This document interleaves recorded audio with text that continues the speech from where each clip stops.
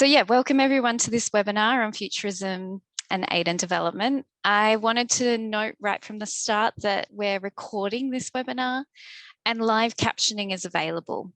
You can turn it on with the closed caption or the CC button at the base of your screen.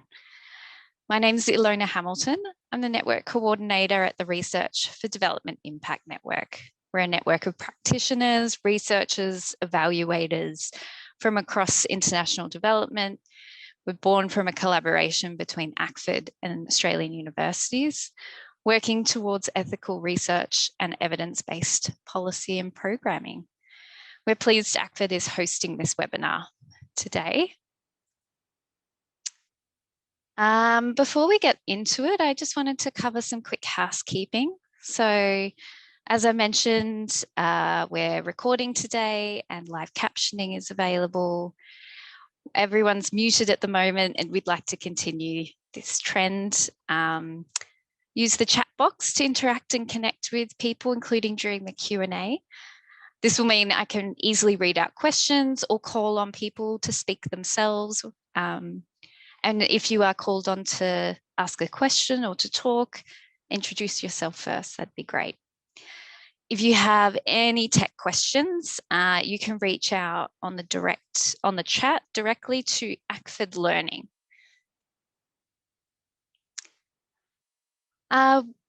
Before the presentation, we wish to acknowledge the traditional custodians of these lands. And for RDI and ACFID, that means we're acknowledging the Gadigal people of the Eora Nation and the Wurundjeri people of the Kulin Nation. One of our speakers has just moved to Western Australia, so we'd like to also acknowledge the Noongar people of the Whadjuk Nation.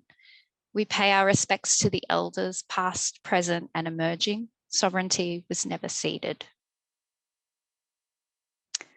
So why have we come together today? The year 2020 and really 2021 as well has showed us how uncertain the future is. And the international development sector has had to respond to some pretty big shifts in realities around funding, health and economic crises, and a shift to aid being led by the people the sector is meant to serve. And throughout the first half of 2021, RDI brought together researchers and practitioners in aid and development in the RDI Development Futures Workshop series to consider how to think about all of this and how to plan for alternative futures using foresight methodologies. We wanted to bring this to the ACFID membership more broadly today. So we're going to start with a presentation from Sunny and Gitta, who I'll speak more about in a moment. They'll be covering a short intro to futures thinking and its methods, discuss who around the world is using it and why, and cover some of the alternative future scenarios explored during the RDI workshop series, along with the backcasting approach for arriving at them.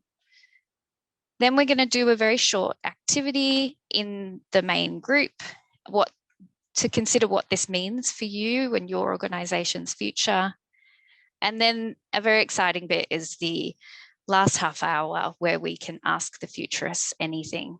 So this is your opportunity to ask our expert speakers about anything on your mind to do with futures thinking. Maybe it's about aid and development, maybe it's about the methods, or it can be more personal than that. So today we'll be hearing from Dr. Gitta Haj and Sunny Neal, two futurists RDI worked with for the Development Futures series. Gitta started her career in banking before her 25 years in a wide range of research and aid projects in Vietnam, Indonesia, Timor-Leste, Australia, the Netherlands, along with working on regional and global priorities with entities such as the IMF, the ADB, and the OECD. She's presented her work on the future of learning, the future of aid, the future of work, and the future of public finance to major governments, NGOs, and universities. Sunny Neal has been designing and leading professional development programs for over 20 years and Foresight for nearly 15. He's led national programs in disaster management and was CEO of Australia's largest peak local government sustainability agency.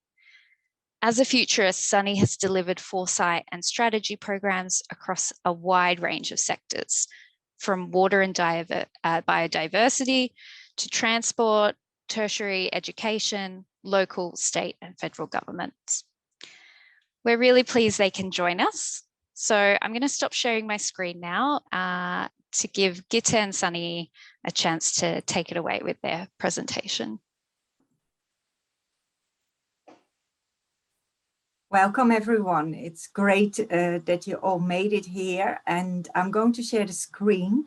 We use a software product called Padlet, which is something that is designed by online education specialists rather than engineers, and it's a software program we use a lot, and it's very easy to use. So I am going to see if I can do that, and let me just see if I can bring it up. Technology, I'm suddenly overseas, so it's I'm juggling a bit, but here we go. This is the Padlet we use, and we go from left to right. And before we introduce what foresight or futures thinking is, we would love to know why you are here today. And in order to get a feel for why you're here and what you think foresight or future thinking is, and I often get asked, so is that crystal ball thinking, and you must be a bit floaty and yes, not all that clear. We want to know what you think. And in order to do that, we want to ask you 4 short questions. And Svetna will put this in the chat. It's a link. It will take you 1 or 2 minutes to do, or you can, it's called Poll F. And when you go there, we would love you to answer 4 questions. And if you could do that for us right now, and in 4 minutes we come back. It's a very easy program to use, and it's just answer the question and at the end just click submit. Svetna, if you put it in the chat, then we're going to wait for people to actually do it. And for a moment, I stop sharing the screen. Yes, the link is in the chat, so everybody can click on the link and that will take them to the poll. And I do appreciate that you think, oh dear, now we've got all this software and is this going to go okay? We have done this with many, many people in the workshops we have done with the RDI network. It's very, very easy to use. If you have any questions, just let us know, put your hand up and we help you through it. It's for us a very good tool, and we will share the results later in the workshop so everyone knows what the results were. We give you a few more minutes.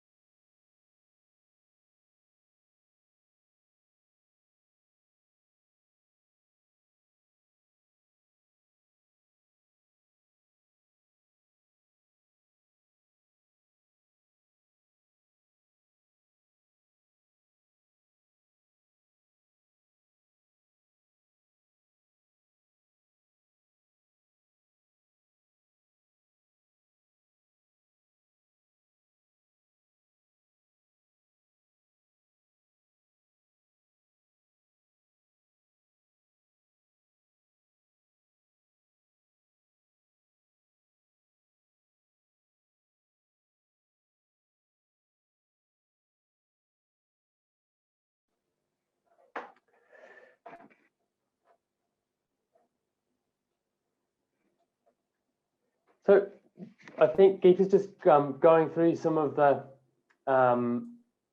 results quickly. So I just want to introduce myself. Hello, everybody. It's funny when you do these seminars, like there's no people out there. There's a lot of names and no people, which is fine. But I wanted to ask you one or two questions. I'm just curious, how many of you are in Australia? You know, if you've got a little reactions button like this, how many are in Australia? Okay, great. And so almost everybody. Okay, well, got it. Awesome. And those of you not, there's only 2 or 3 who are not. So, well, everybody's in Australia, virtually. Okay, great. Awesome. And how many of you are at home? Or the equivalent of home? Cafe counts. Yeah, wow, look at that. What a different world. Go, Maria. I was reading a newspaper article the other day about the new generation divide between younger people who many don't ever want to go back to the workforce, and some older people who are looking forward to it. And then there's a bit in both generations. So it's an interesting phenomenon that's going on with the work from home and the going home. Dan, yes, it does make you look like an office. It's not actually your office, I assume. No.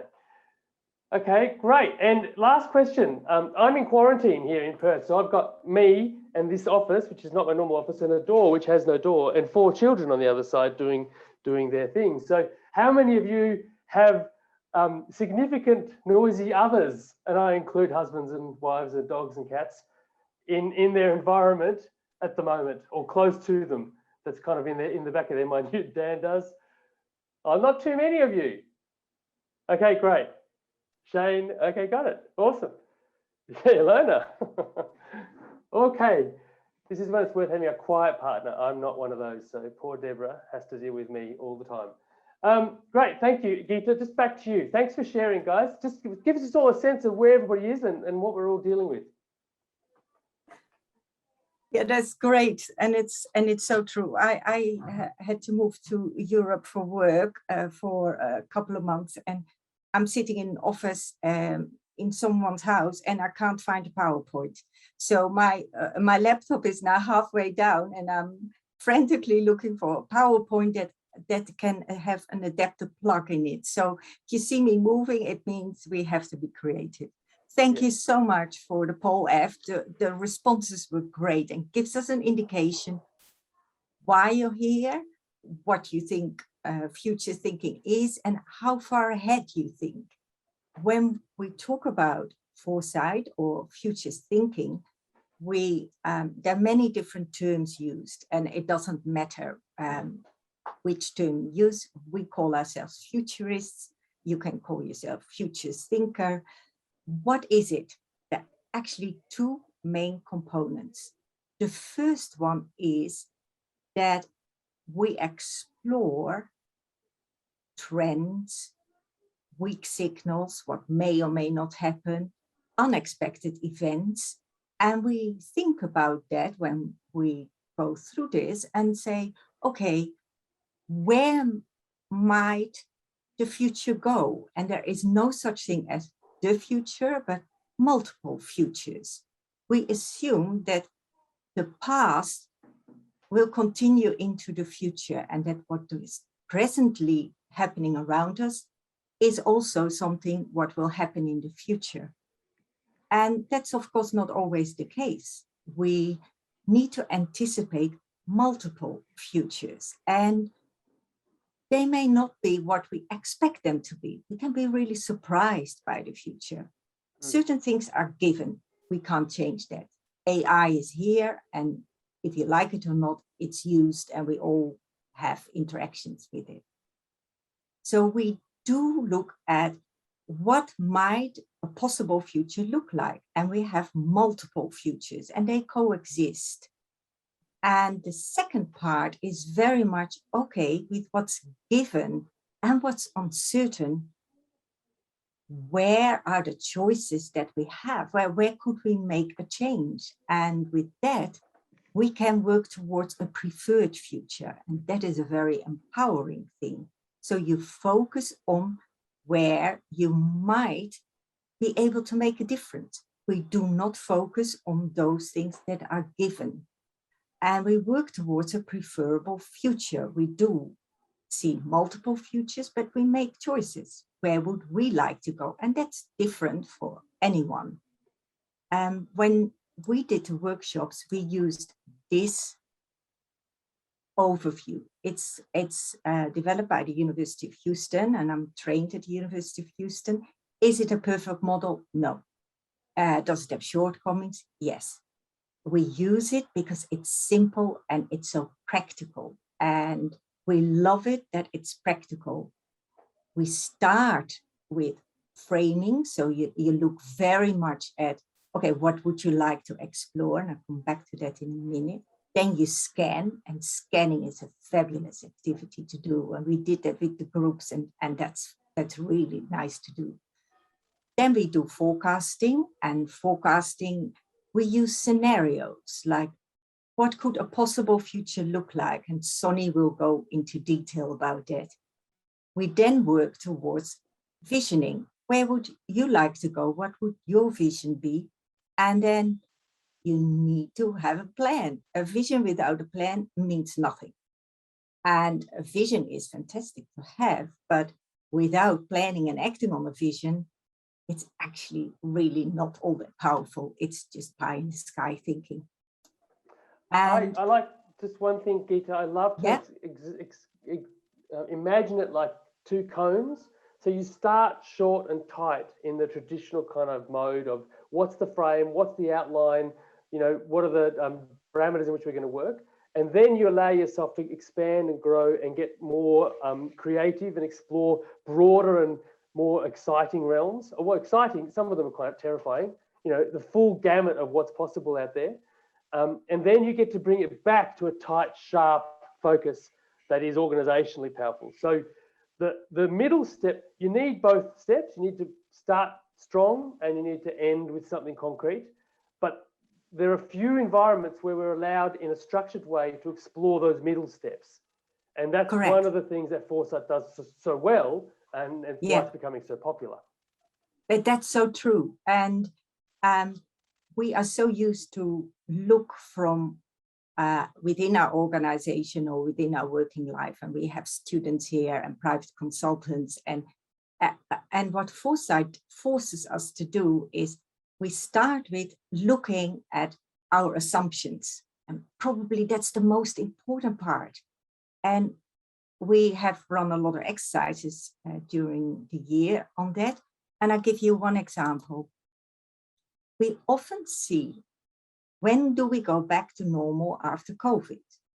We make an assumption that it was normal prior to COVID and that we just go back to business as usual after COVID. And I love this photo. It's taken in a subway station in Hong Kong. We assume that normal was acceptable and that normal is where we want to go back to. But that assumption may lead us to the next COVID outbreak. And we need to really question our assumption. And we see in the discussions when you talk in your organization about the future, often that people have very different assumptions. We may have an assumption that we, as people in Australia, have something to offer to lower middle income countries. But maybe they have something to offer to us, because if we want to live within the planet's boundaries, we're better off to learn from the people in Kerala in India, where they live on $1 a day and have a zero carbon footprint, than living in Perth, where the carbon footprint is very high. We make assumptions and we need to question them and be very clear about them. And that leads us. I'm going to jump in again. Do you mind? No, go for it. Assumptions are so powerful and so hidden. You know, whenever things come a cropper in our lives, it's invariably because you made an assumption about how it was going to play out and it didn't play out that way. And I like to use the example of, you know, my relationship with my wife. We have 4 children, and when we talk about getting together, you know, getting married. We had a conversation about how many children we were going to have, and we agreed that this is what we wanted. And I had many friends of mine who got married and then both had assumptions about what the other one wanted or what they wanted, only to discover 10 years later that really they wanted something a little bit different. And that's a ripper of an assumption to base your life on, right? But in organizations, it's the same. Like invariably, everybody around a room nods and agrees to the same futures, but the assumptions that underpin those futures, the things that on which they're grounded, are often very, very different. And this is a process to help you look at, well, what are the assumptions about the future that are giving you that future that you're working into? And there's not many opportunities to explore those assumptions in our normal workplace because they're assumed and you don't dig into them very much. But one of the challenging and exciting parts of this kind of process is that you do get to start looking at what some of those things are and go, oh, wow, you really don't see, your assumptions are quite different to mine. That's fine, but we probably need to talk about what this strategy really means to the two of us. That is so true, and it's and you need to question it. I had the assumption that I would have many children, and after giving birth to one, I was told I couldn't have any more children. So I had an assumption, and I had to change that. And when I meet people, people make the assumption that I only wanted one child. Mm-hmm. And that's not true, but I'm not sharing that with many because that's a painful topic. So you don't. And I have two stepchildren, so I'm a very rich and fortunate person. But again, people make assumptions that you get this awkward silence. But in development aid, we see the same. We make assumptions that we always need government funding, or we always need to think about what a Department of Foreign Affairs wants or what an ADB wants us to do. Or we make assumptions about timelines. And this cartoon is a very nice one that explains that. Okay, when I asked for your future plans, I meant as far as hunting for something to eat tonight. Now, my husband thinks about the future in terms of breakfast, lunch, and dinner. And this cartoon thinks about 5 centuries or maybe even more, by the looks of it, maybe 10 or 20 centuries ahead. And we have misunderstandings about this. How far ahead do you look? And what does that mean for you and your organizations? So your framing of what you want to explore is very important, that you question your assumptions and that you're open about them. I'm a tax lawyer by background, and that was an accidental choice. And then I became a futurist, and that shapes how I think. I'm a white woman who grew up with lots of privileges. That shapes me. And I need to be aware of that, and I need to question that when I interact with others, and need to be very honest about that. And when we go through the model, we then enter scanning. Scanning is fantastic. So you look from the outside in. So you step outside your organization and you say, what trends do we see in society? We see growing inequality that was mentioned in the Paul F answers. We see trends in the environment. We see climate change is real, and it's probably one of the biggest issues, I think, for all of us, including those working in development aid.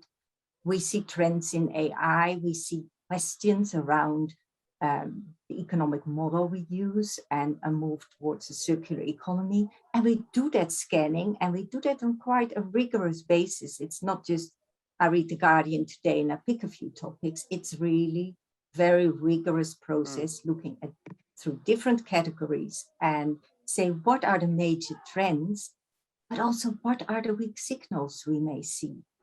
Things that are on the horizon, but not really there. And organizations that do that well are very much ahead.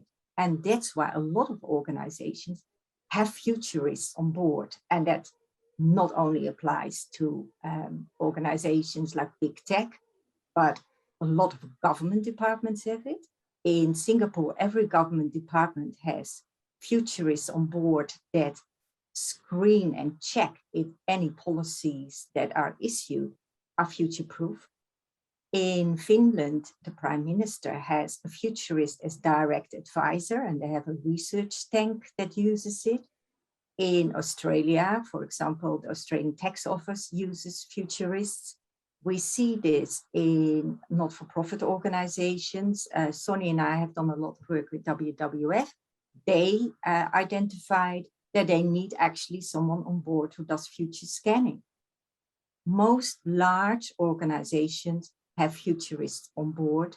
Large not-for-profits have futurists on board, be it Oxfam or be it ADB. The ADB is really coming on board with future thinking, which is fantastic to see. And so it becomes more acceptable in times of uncertainties to have that. And they do scanning, and then they report what they see as trends or uncertainties. And those who do this really well are not surprised by COVID. They see, they said 10 years ago that this was going to happen.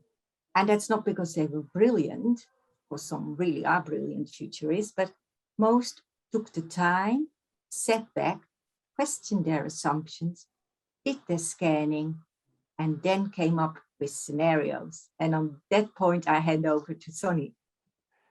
So thanks, Geeta. That model, that picture of the bear looking into the organisation is, I think it's a ripper.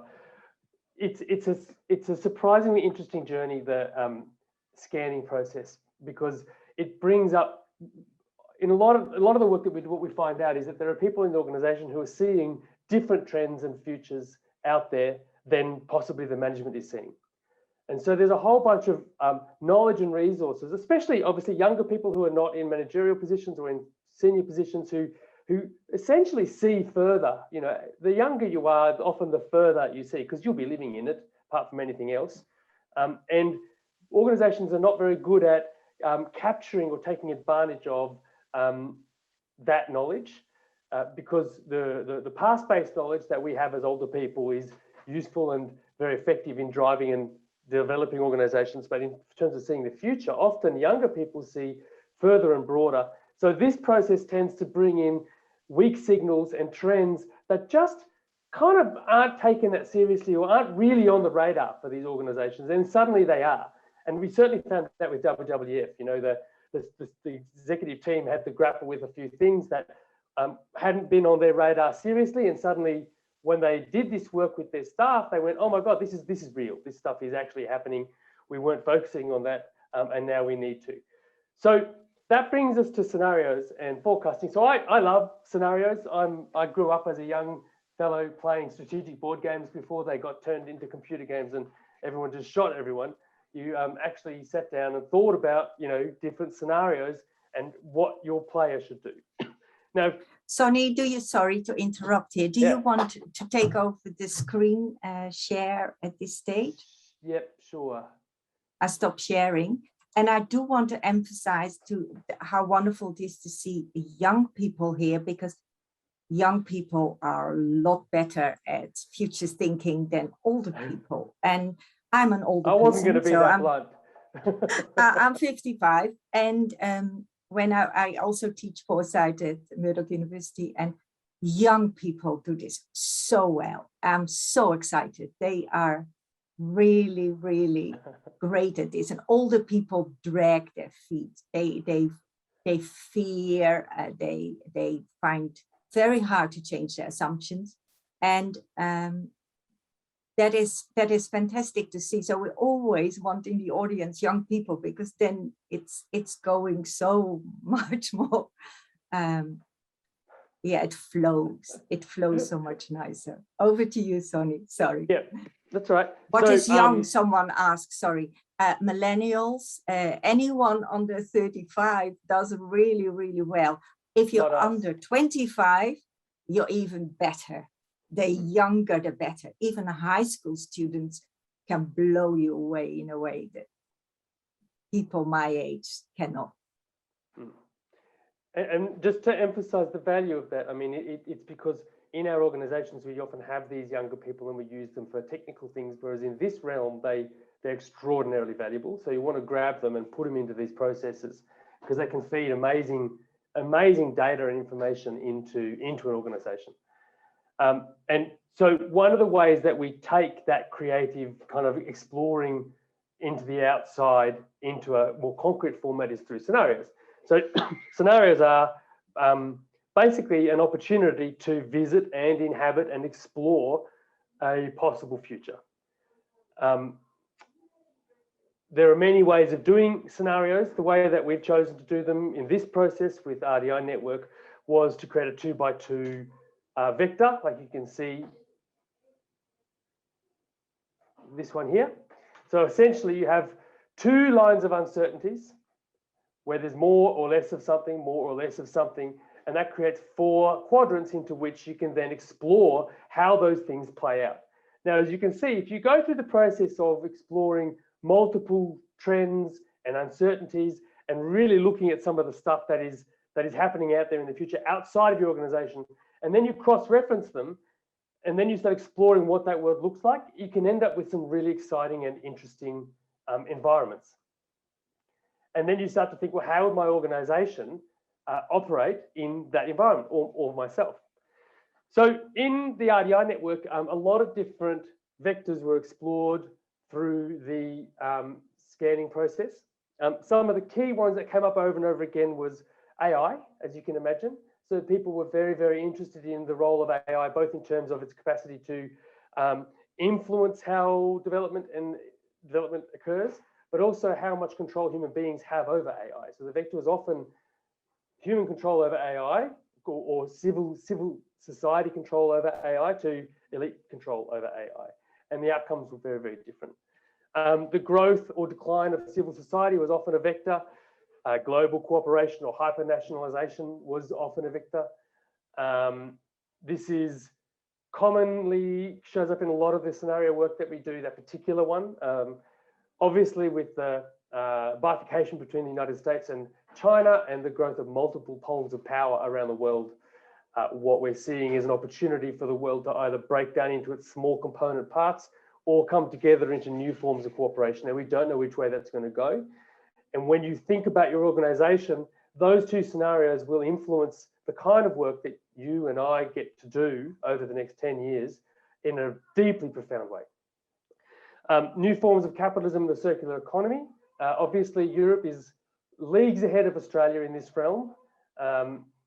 Australia is probably quite far behind in a lot of areas. But again, those kinds of possible vectors change the future that you live into. So when you cross-reference them on a 2x2, then you get to explore what each of those scenarios would look like.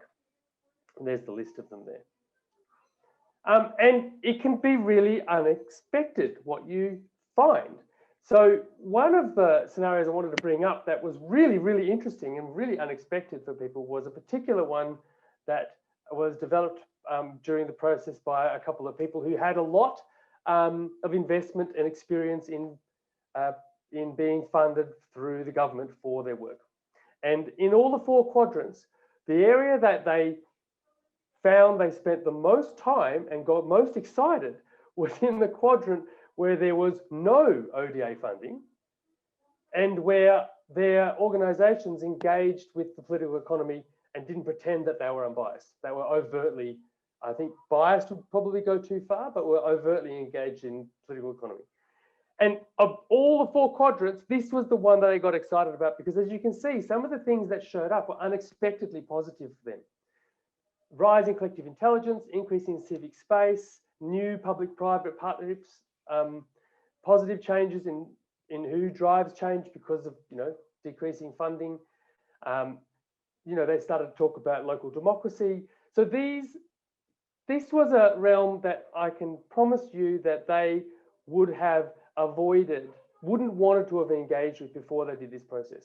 And by the time they came out of this process, their experience was that this was, if this happened, not only could they deal with it, but there were some real silver linings and maybe it was a good outcome. Whereas at the beginning of the process, they would have said flat out, this was a bad outcome. So I show you that because when you start exploring these different environments, you start discovering that things may not pan out the way that you thought that they would. And you can start to position your organization in ways that can take advantage of them or leverage positive outcomes in those scenarios. So Geeta, I might just hand over to you on what we do with that next and then hit my favorite bit, the backcasting after that, if that's okay. That's fine. And we just need to be very mindful of the clock. Yes. when you look then at scenarios, now scenarios don't always come through, or multiple scenarios may come through, but it gives that elasticity of the brain to think of things that you may not have thought of. And good scenarios are often seen as the most outrageous, preposterous ideas. And they are dismissed, and 10 years later, it suddenly has become a reality. So these are the kind of things we look for, because they are very good to follow. You can see, okay, I hadn't thought of that. My assumptions were X, and now we have all these options that I hadn't thought of. And that leads to your visioning. And your visioning is, okay, within all these possible scenarios, where do I want to go as a person, or in an organization, or as a group? Because the more people sharing your vision, the better it is. And I like to consider visioning as a meeting point between your head and your heart. If it's only in your head and not in your heart, it's not going to happen. And if it's only in your heart and not in your head, it leads to nothing. You need to have that meeting of mind and heart, and then find people who feel the same.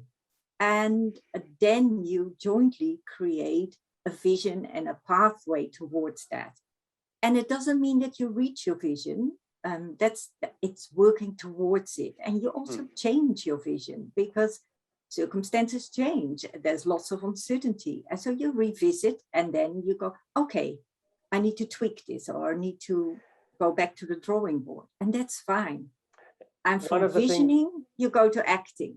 One of the things that's right about this process, of course, that's really awesome. When Geeta says tweak it, you've actually got a whole bunch of content behind you. You know, we use these Padlets, we use all of this content is created and captured. And often when something goes wrong, you can go back into that and go, that was the assumption I didn't realize that I made, or that was the trend I didn't, you know, and you can actually use that information to help you retweak or rejig your vision. Now we've only got a tiny bit left of this section, but I do want to talk about backcasting, because I just absolutely love it. It's where the rubber hits the road of all of this. The traditional model of taking something like this and planning out into the future is to stand from where you are now and plan outwards. What's the next thing I have to do, and the next thing, and the next thing, and the next thing, and the next thing, so that everything lines up and is effectively delivered.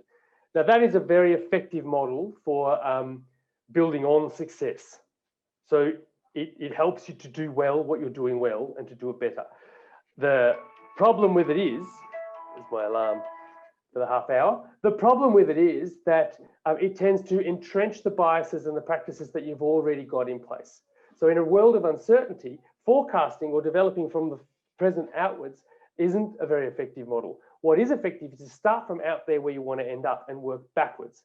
And it's effective because, in a nutshell, it forces you to get concrete and specific about how you're going to accomplish that. So, for example, one of the visions that was created in one of the groups was around cultural diversity and is valued, and they had to get very specific about what cultural diversity is. Now, we can agree on that. It's very easy to agree. But when you get down to the tin tacks of what does that mean in application, it suddenly becomes a lot harder.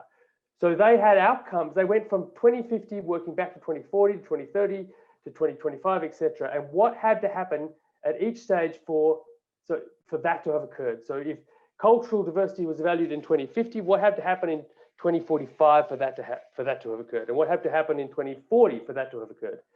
And they got down to specifics like how you would hand over development agendas, the development of development agendas, how you would get local people on board. And there was a lot of disagreement around what that means. Do you do quotas or not quotas? Do you tap people? Are there gender equity issues? I mean, it suddenly became a really complicated space because we had to get specific about not only do we agree with the high level value, but how would you actually concretely develop that? And once that was locked into place, what had to happen in 5 years before that so that that outcome could be achieved? And then you work all the way back to tomorrow. And what do you have to do tomorrow? And you're left with an action that tomorrow you would take that would lead you inexorably towards that outcome that you wanted.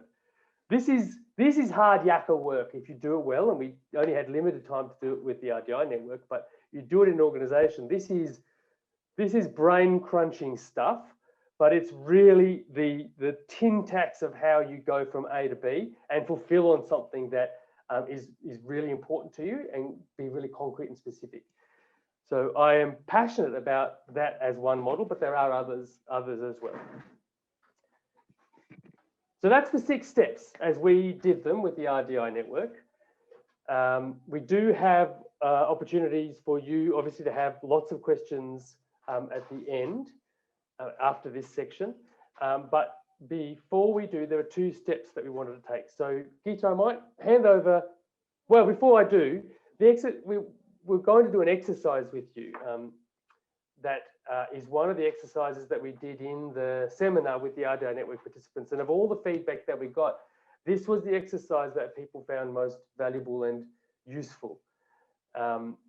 Because at the end of the day, and Geeta at the beginning of this exercise, before we started talking, said to me, you know, we need to be authentic about what it means to do futures work.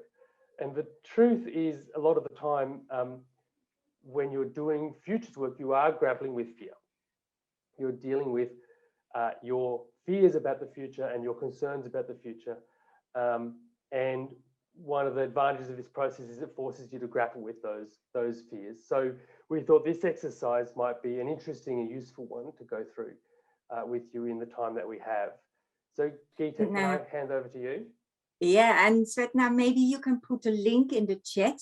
You can also, yes. So if you click on that link in the chat, you will see a screen pop up. It will be a separate tab. Maybe Sonny, can you stop sharing your screen? Then I take over. That's wonderful. Thank you. And I will share and show what when you click on this link, this comes up. And what we want to ask of you is to click on the cross in the right bottom of the screen, and then this comes up. And we ask you the question, what is the biggest fear you have about your organization, in your organization? And if you're a student or you are a private consultant, what's the biggest fear you have when you think about the future? And it's anonymous. No one knows who it is. So you type something in. For me, my biggest fear is that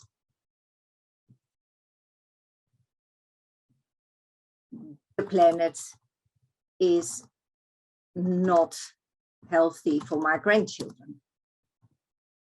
And that has all kinds of, so that's a personal one. And we ask you to oh, look, people are already doing it. That's fantastic. That's great. So we give you 5 minutes, as truthful as you can be, because you cannot do future thinking without being ruthlessly truthful. And there is no right or wrong. We all have fear. Every futurist has fears, and we need to express them and be honest about them, because then we can name it and deal with it.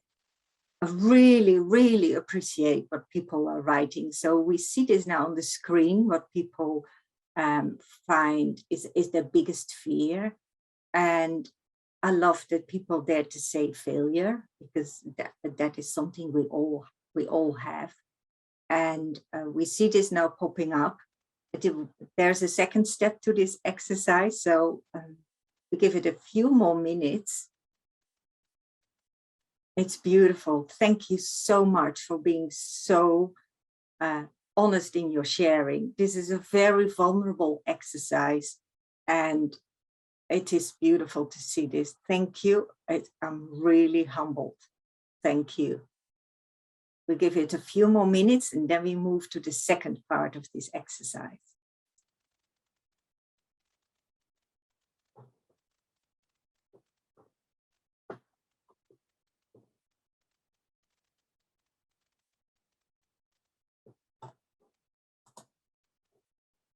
I just refreshed the screen to make sure we capture everyone.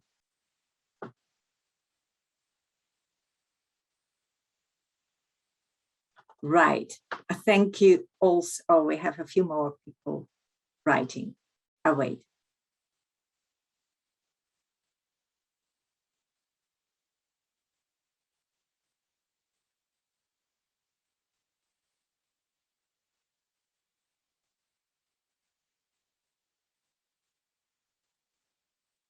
Now we move to the second part of this exercise. This is a real challenge. And I'll show you how this works. I try to find now this was my fear. And as you can see on the screen, there's a little pencil that you can click on, and then you can add something to what you have submitted. We now want you to find your fear that you have entered and click on that pencil and write underneath the absolute opposite of your biggest fear. And when you finish doing that so if I write the planet is recovering and we move to regenerating a healthy planet Earth. And when I finish, I just click away, and then it's done. So we ask you to now enter the complete opposite of your biggest fear. Again, I'm blown away by how you do this. This is beautiful. Thank you so much. This is absolutely awesome.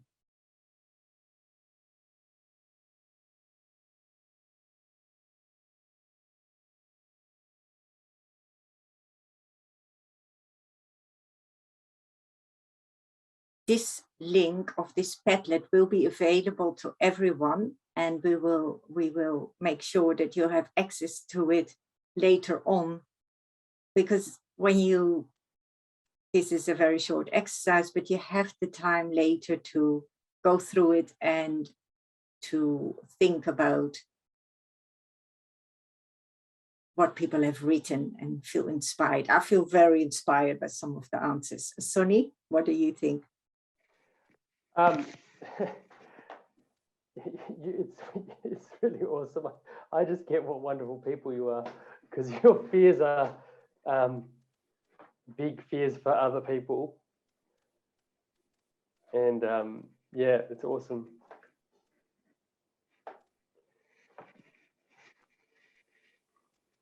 And it's not, I mean, when we do this exercise, it's not every time do people leap into it.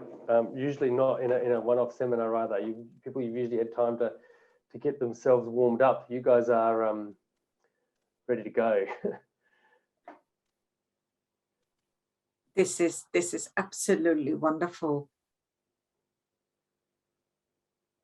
I haven't had a chance to read the inverse of it. So what have you said? Yeah.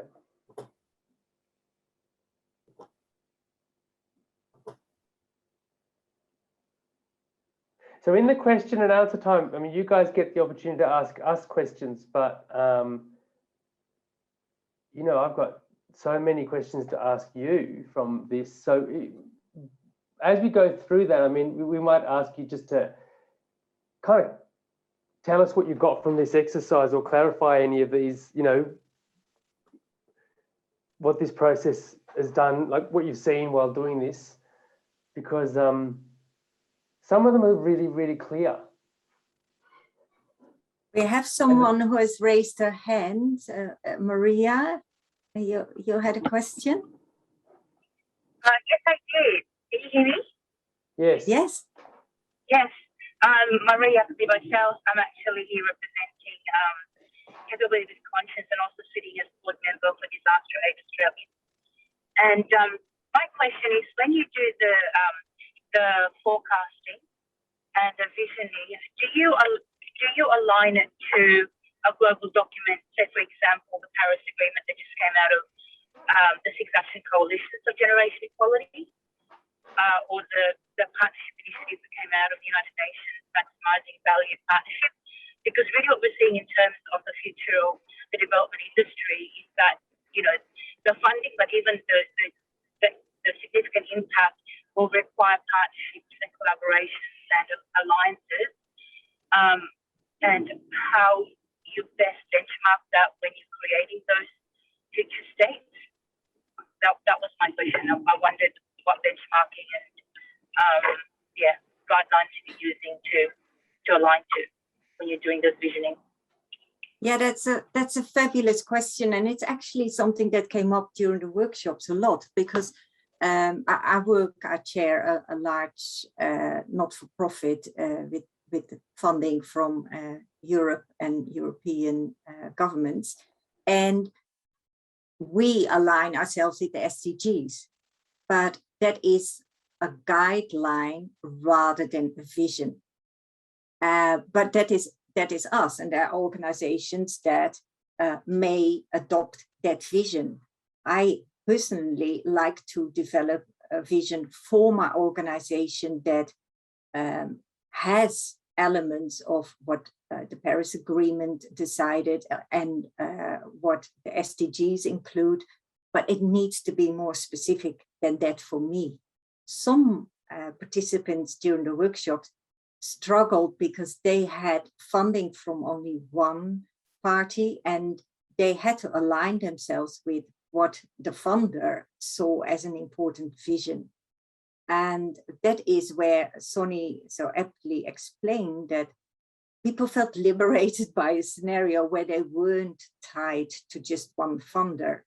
I think the more specific you can be about your vision, the better it is. And you change your vision as well. It's a fluid process. I am now in Europe because I lead a foundation that's a public-private partnership, and very unexpectedly, it has grown so rapidly and the demand is so high, and we have so many private industry partners who want to participate and donate, that we now fear we grow too fast. That was never the vision we had, and we now need to go back to the drawing board and revise our vision and take into account COVID. We need to take into account diversity of funding and how to grow suddenly really rapidly. Visions are there to strive for, and they need to be very specific, for me at least, because that works a lot easier. And they need to be fluid, and you need to every now and then revisit them because things change. Who would have thought a year ago that we all would do a workshop like this online? No one thought that, and here we are. The bit I'd add to that, Maria, is one of the challenges that we face as futurists or people work, and I classify you, when anyone doing this work is operating like a futurist, is to work within the realm of our realm of influence. So people who have a big vision for the world can get, and we've had a couple of people in our seminars at various times who've struggled with, I can't, there's so much to change, I can't impact it all, you know, and it gets depressing, and they're actually quite confronted by the scale of the challenges and the limited influence they have. What works about this process, if you guide it well, and Geertruida and I focus on this quite a lot, is to keep bringing, and why we talk about specifics is keep bringing it down through the backcasting process to the realm of influence you have. What can you impact? What can you change? What can you do? And that's confronting because you want to fix all the problems, but you don't have the resources or the influence to do that. But when you look in these alternative scenarios, you start to realize, like some of the people in the RDI network process realize, that they have potentially more influence in some areas or in some scenarios than they thought that they did, even in scenarios that are not immediately attractive to them. So in terms of the Paris Accord and the agreement, again, it comes down to what realm of influence does your organization or you have? So you create a vision and a process for fulfillment of that vision that may need the help of other people, but that leverages what you can influence and doesn't take you into the realm of, you know, the stuff that you can't influence, essentially. Yeah, and this comes back to the future is uncertain, and someone just said it in the chat. You know, we live in such state of flux and change, and we have for 18 months. And that offers opportunities, because when there's uncertainty, it means there is scope to influence, and there is scope to find a niche and to have an impact. We need to be very aware of what we can't change and what we can change, and we focus on these uncertainties where we can influence and change. And particularly academics, and I'm one of them, so I can say this, love to focus in their critical thinking of all the things that are wrong in the world. And then you get really depressed and you go home and you think, well, I'm not sure if I like this. Whilst if you focus on what you can change and make it very tangible, it becomes so empowering. And this is what I love about future studies and future thinking. It's empowerment. If you can find those spaces where you have influence, and they can be in surprising places. Thank you both. I had another question, but I think I'll leave it. I'll let someone else have a go. All right. Well, what we might do, hand it back over to. Actually, we'll do the poll, Ev. Yes, Geeta, and then go into the questions. I think is probably the next thing to do. So, one of the things that we love doing in these exercises. Oh, Dan, do you mind waiting to after the poll, Ev? No, absolutely. Let's do it later. Awesome. Okay, awesome. One of the things that we love to do in these exercises, this is a short little seminar, right, compared to what we get to do often with groups like at the RDI Network. But it's really fascinating to watch how our attitudes and views of things change, even with a little bit of different input. So Geeta's created a second poll, Ev, to ask you to do, to kind of look at what's shifted in the way that you think just in the last 1 hour. So Shweta, would you mind, hang on Geeta, have I misrepresented that? No, that's correct. Shweta, would you put the poll link up on the chat? And then if I can ask everybody to just take another few moments to go in and answer those questions, and we'll see what we come up with. It'll take a couple of minutes. It's the same poll link, right? Or is it a different one? Same. And Sophie, sorry to see you go, and hope to talk to you again soon.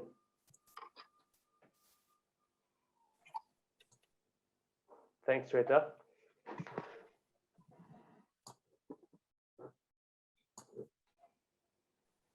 Just while you're doing that, one of the things that when Marie was talking that got me thinking again about this process is that in my experience, and I talk about my own personal experience, both working with other people, but also in my own life, the degree to which we naturally extrapolate the past into the future is quite extraordinary. We're not wired to explore uncertain futures.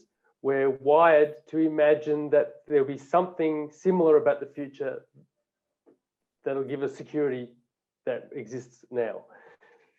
You know, I had a client just the other day that was talking to me, and I meant to run a seminar with them. We meant to run a seminar with them for 6 months. We've run the whole process, and we really want to meet face to face for this last bit. And we keep putting it off, and we're going to put it off again. And it's been a year, and she said to me on the call, I've only just realized, Sunny, that, you know, the lockdowns and the COVID, and this really could just continue on in a bumbly fashion for 6 months or a year or 2 years, or I actually don't know. And that somehow I've been assuming, unbeknownst to myself, that we'll all get vaccinated and it'll go back to normal, like Geeta was saying. And that assumption wasn't an intellectual one, it was just a kind of an emotional assumption, because that's where she was comfortable, that's where she wanted to go back to. So these kinds of processes are really important because we're just not wired to do it without some guidance. And even those of us who've been training to do it for years don't naturally do it without some kind of process and structure to help us do it, because it didn't help us survive the saber-toothed tigers, I suppose, Geeta, back in the day. We're just not wired for it. We're not. I shared a screen just so you can see some of the answers that came up. the first question we asked, what surprised you? And you see that now rolling over the screen. And one person was not surprised. Simple and expected. I like that. That's really awesome. Yes. Yeah, backcasting, particularly in online environment, backcasting is so powerful because it so forces you to be practical. And Sonny and I both are futurists who have walked the talk and have skin in the game. And we really, really like to be practical. A vision without a plan is nothing. And yes, we all have fears, and we need to be so honest about them. That's a beautiful, beautiful observation. And then we asked, did you learn anything new? If so, what was it? And people, yeah, there's so many government, almost every government is using futurists. Nowadays, it's a profession that's in high demand. When Sonny and I studied it, people probably questioned why we were doing it. And now we have to say no to a lot of organizations because we simply have no time. The demand is high. And I go to the next question. And we asked, so how many years ahead do you think? And we definitely see a shift that people think more long term. Excuse me. And then we asked, could Foresight help your organization? And this came out. That's beautiful. That's really, really nice.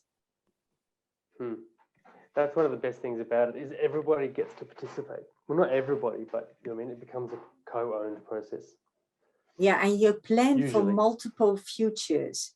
So you never put all your eggs in one basket. And when you do, it depends how risk averse or risk appetite high you are in your organization. But it's when you prepare for multiple futures, it gives such peace of mind that you go, well, whatever happens, I have a plan. And that you still have a vision where you would like to go, but you prepared. And that is so powerful and makes you sleep at night. Over to Ilona, I think, for questions. Well, the Q&A was kind of organically happening anyway. And so if we wanted to go with the raising of the hands, that seemed to be working well. If you're not that keen to speak to the screen, which I completely understand, pop your question in the chat box and I can read that out for you and get Sonny and Gitta to answer. So, but I think Dan was pretty much the first one up, so from our last chat. So if you want to ask your question. Wonderful. Thanks very much. And thanks for today. Really useful and informative. Just interested around the timeframes piece. So I note there people's responses. So I suppose and sorry if I missed the start of this, but interested in your thoughts around timeframes, you know, so we might be having, let's say, a strategic plan that's a 5-year document. And I think one of the interesting things is COVID has really brought into question those timeframes. You know, we've had some advice that really we should be having 12-month, maybe 24-month kind of plans as we deal with this level of uncertainty, or at least that was the case last year. So just kind of interested in both the timeframes of this like recommended practice. And I know that's a challenging question, but you know, if we were doing it, you know, obviously the longer the time frame, the more uncertainty. So actually pitching something at, let's say, 10 years makes it a little bit more, you know, a bit more something to push off, and then informing a 5-year plan. Interested in that interplay. And maybe just the second part is, who's doing this well at the moment? Any NGOs on the landscape that you think, hey, really like, what they're doing or what they've done? Thanks. Dan, I want to jump in that first part of the question. So in a nutshell, in my view, you should be doing both. So you need to, I've worked in a lot of large organizations, and one of the problems that we do is we create a strategic plan and go, that's it, that's our time frame, that's our plan, and we'll start thinking again for the next one in the next phase. And I think that's the wrong way around. So the beauty of this process, or not the beauty, it's not the right term, but one of the effective uses for this process is to go, look outside the organisation, because we tend to start from the organisation. And even in your speaking, you know, it's a normal way to speak. What plan should our organisation have 1 or 2 or 3 years out? But as we all know, the place to look is outside, and then reposition the organisation to the problems and the challenges and the opportunities in the world outside. And that can't be done in a 1-year time frame. So that should be done in a 5, 10, 15-year time frame. What is the impact I want to have in the world? And then you backcast and you end up with a series of super concrete actions in a 12-month time frame that you may actually be able to get to do. So the backcasting process generally starts with attenuated actions out far into the future to very short, sharp, immediate actions right now, and lots more of them. But if you don't position the 12-month strategic plan in a bigger vision, you kind of defeat the strategic part of the purpose, and you just have a plan. And if we look at organizations that are doing this well, Oxfam Europe has undergone a major change. So they brought in futurists and they start to overhaul what they are about, and they closed offices and they really changed what they thought was very important. And during the workshop, we used the example of Brek from Bangladesh, who's opened an office in the UK to serve people below the poverty line. And if I look at the foundation I work with, we have a 10-year plan, and it's very much around South-South cooperation. We do not think that people from the global north have a lot to offer in public finance. It's South-South. In order to achieve that, we are like an intermediary, and we invite speakers from the global south. So people from the African continent connect with people in Asia, and they get to meet each other rather than having white people telling things that are not really relevant to them and are not really resonating for them. And these are models that we see more and more. And for that, you need to do scanning and long-term trends. And what are the trends? The trends are reduction in funding. We see a South-South cooperation. We see peer-to-peer. We see GIZ, or GTZ, a German aid agency, has sacked 80% of its white staff.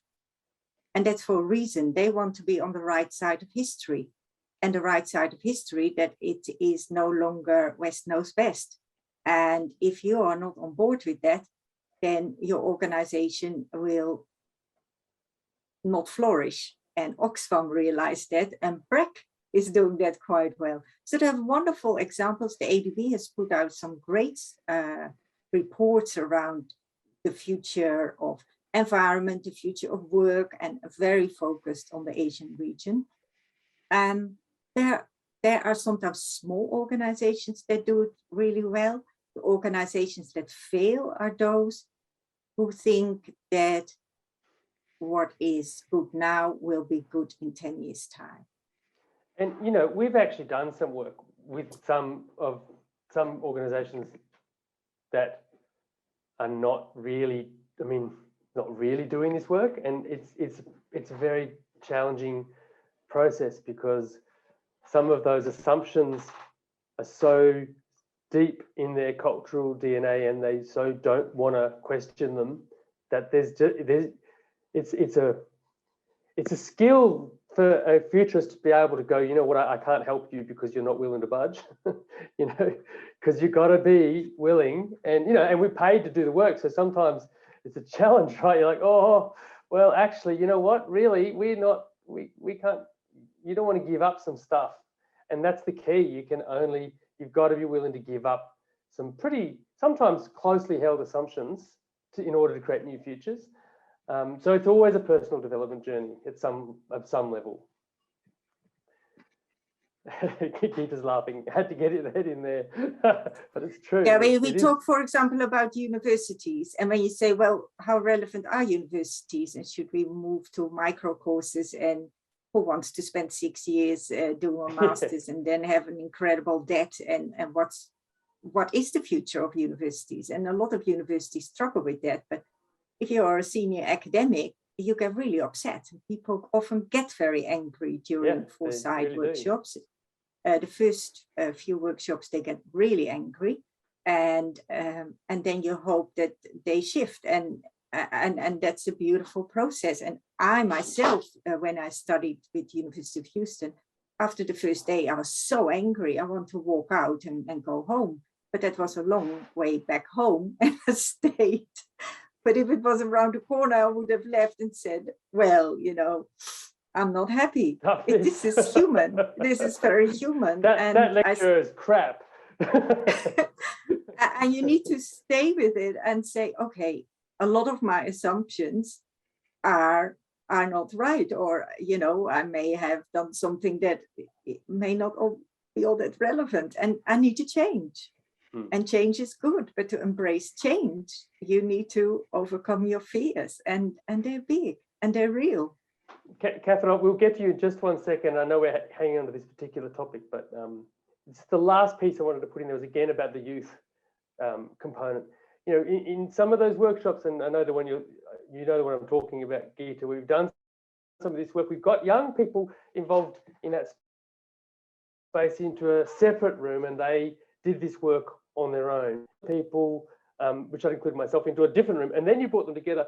And the I don't mean quality as in good or bad, but the qualities of the way they engaged with the future and what the richness of what they were engaging with was so clearly different. And you know, to their credit, in this instance, some of the older people in the second group went, "Wow, we can really learn from that." But the big challenge is, of course, these people work, and is often the case in organizations, people are coming from different places.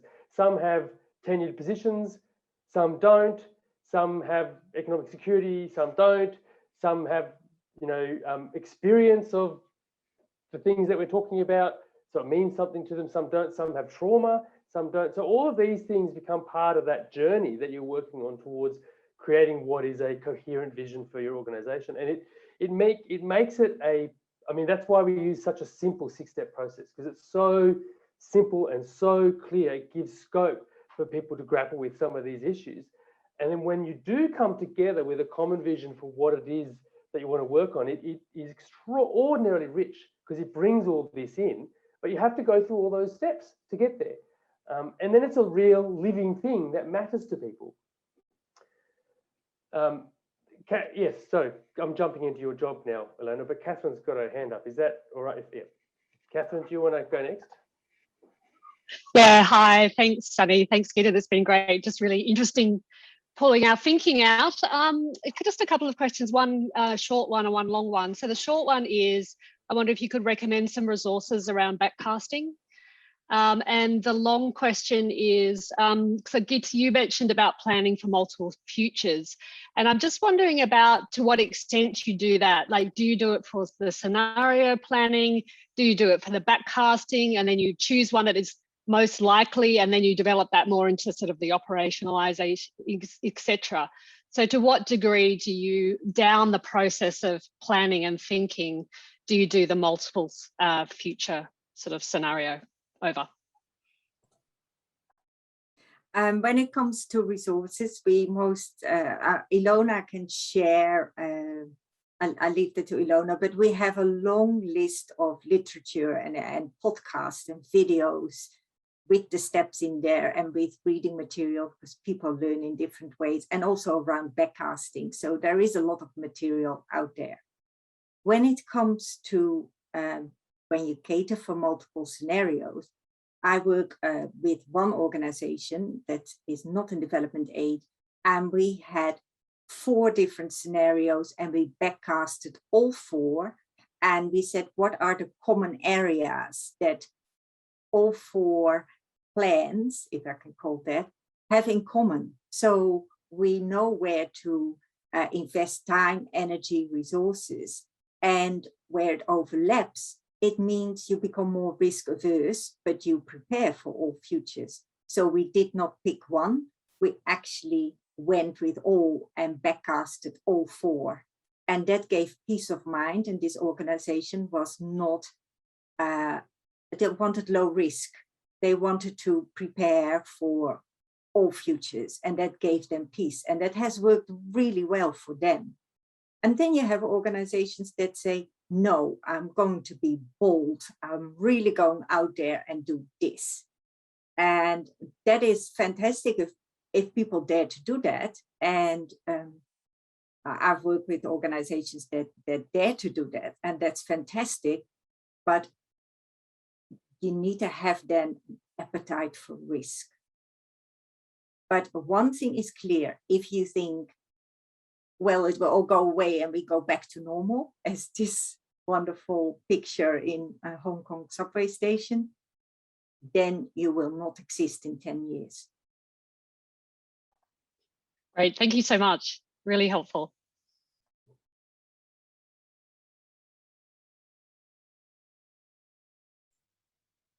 We've got probably about 5 or so, maybe a little bit longer than 5 minutes. So maybe 1 or 2 more questions if people have them.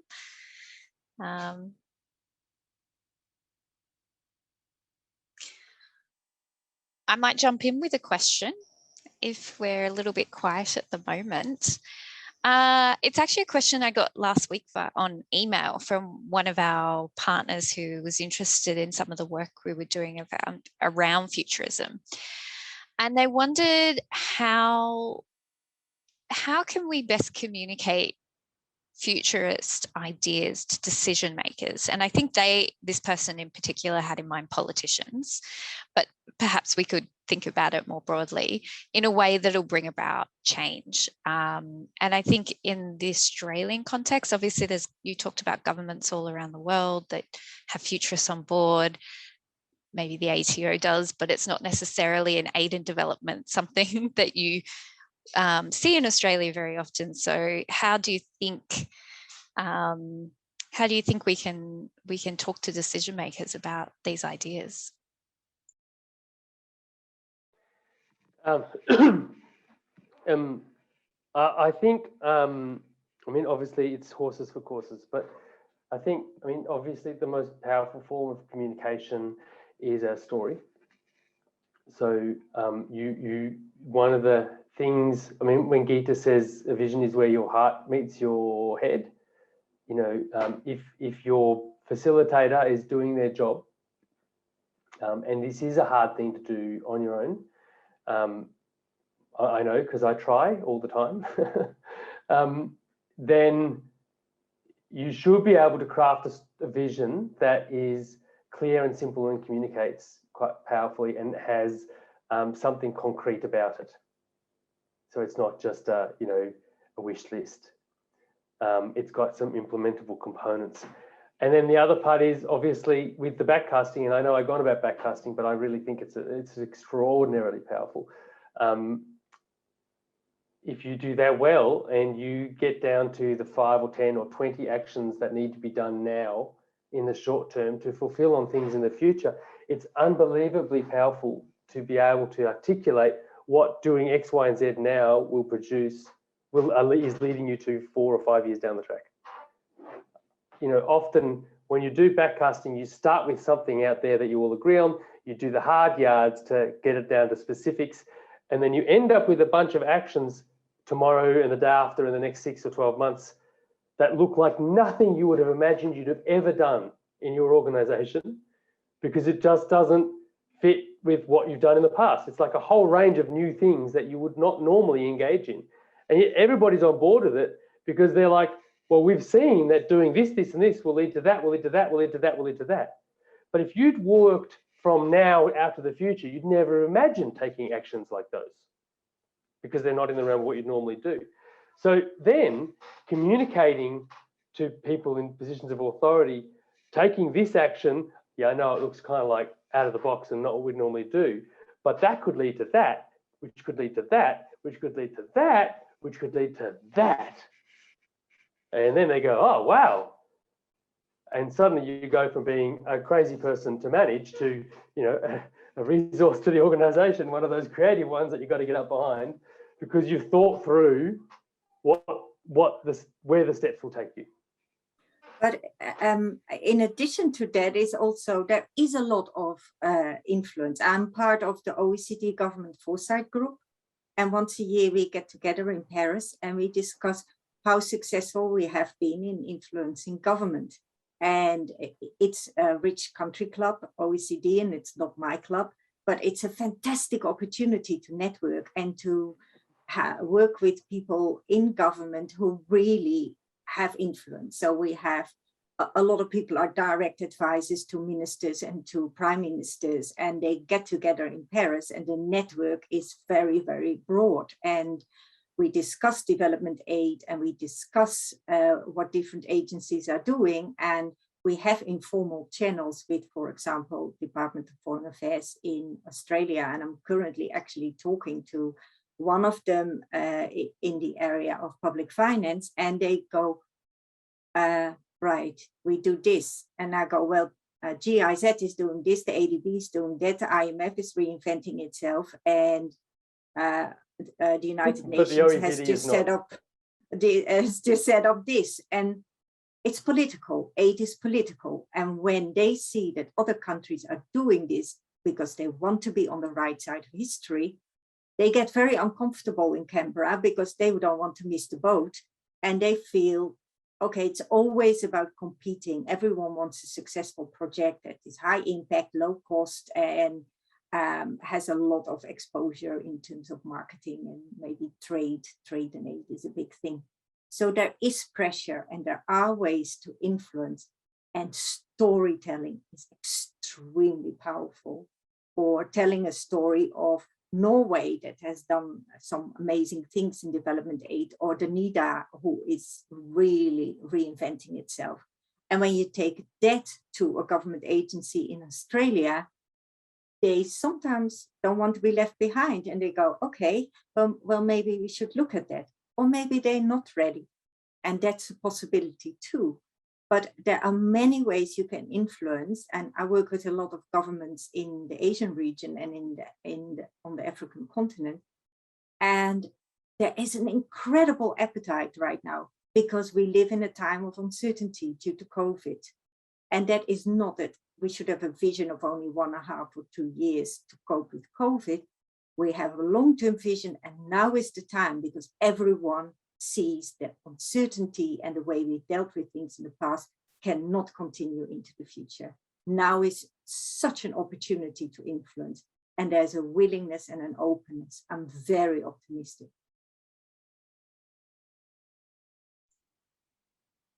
That's great, Gitte and Sunny. I like this idea of convincing or influencing by pointing out others being ahead of the curve. I think that would be quite powerful for a lot of decision makers. Yes. It was kind of interesting. That was clearly on people's minds because I asked it based on an email, but we also saw it coming through on the chat.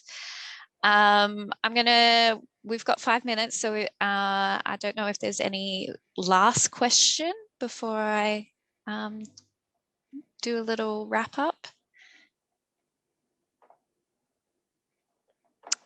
Catherine has said she's heading off, but she wants to thank you for stretching our thinking. And I think I'm going to close on that sort of sentiment. I really hope that by joining us today, it's given you some food for thought for yourself, perhaps personally, but particularly for you, your organization.